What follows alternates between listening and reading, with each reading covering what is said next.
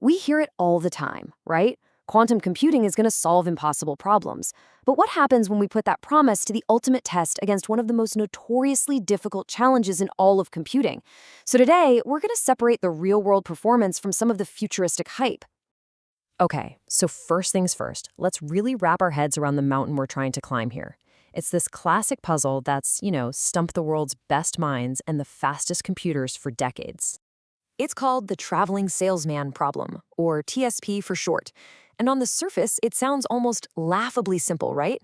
Just find the shortest possible loop through a bunch of cities and get back home. But let me tell you, that simplicity is very deceptive. Yeah, this visual here, it perfectly captures what happens. The complexity just explodes. And I mean that literally. It's not an exaggeration. Think about it like this. For just 20 cities, you're looking at a number of possible routes in the quintillions.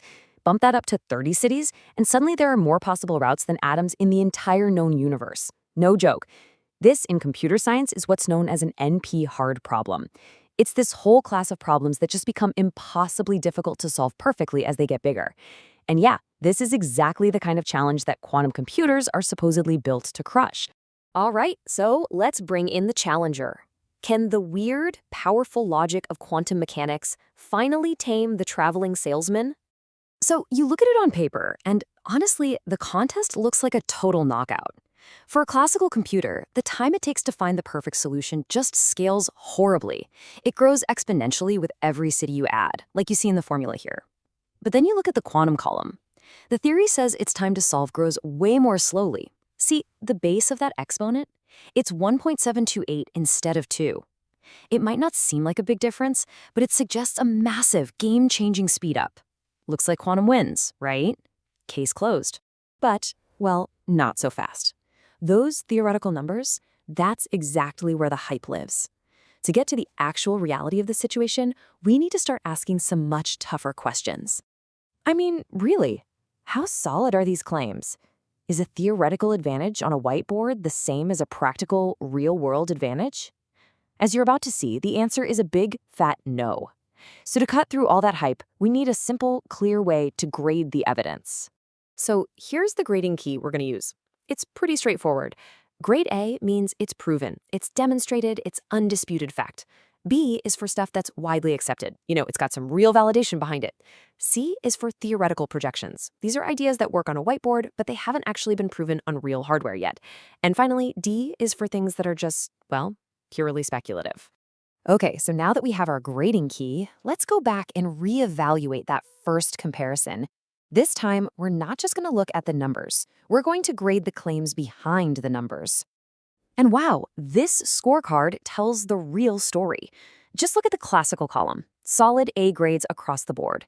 Its performance is proven, its cost is known, its maturity is undeniable. These things are workhorses, plain and simple. Now, look at the quantum column. That amazing speed-up we were so excited about, it gets a C.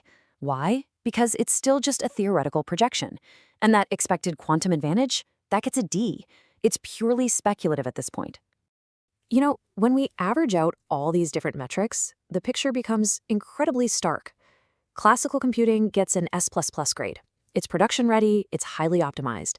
And quantum computing, for this specific problem, it gets a C+. It's still very much in the early stages. Think of it more like a research project than a practical tool you can use today. So let's really break this down. Why is quantum's grade for this particular problem so low? First off, that amazing speedup we talked about, it's never actually been demonstrated in practice. It's all theory. Then there's the cost. A single run on a quantum computer can cost up to 1,000,000 times more than on a classical one. Just insane. And the frequency? You can run millions of classical solves in a day. With quantum, you might be waiting hours just for one result. And finally, the algorithms themselves are basically still at the early demo stage. They're nowhere near production ready. Now, look, this is not me trying to take down quantum computing, not at all. This is a story about matching the right tool to the right problem. For the traveling salesman problem today, it's just the wrong tool. So that begs the question, where is it the right tool? Well, take a problem like integer factorization. This is the bedrock of most of our modern encryption. And here, the story completely flips. For this problem, there's a specific quantum method called Shor's algorithm. and it has a mathematically proven exponential speedup.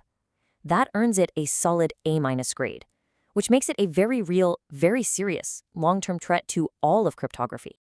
Or how about searching through a massive, totally unsorted database?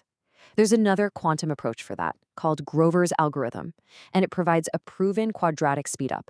So that gets a B+, marking another area where quantum has a real, verifiable advantage over classical machines.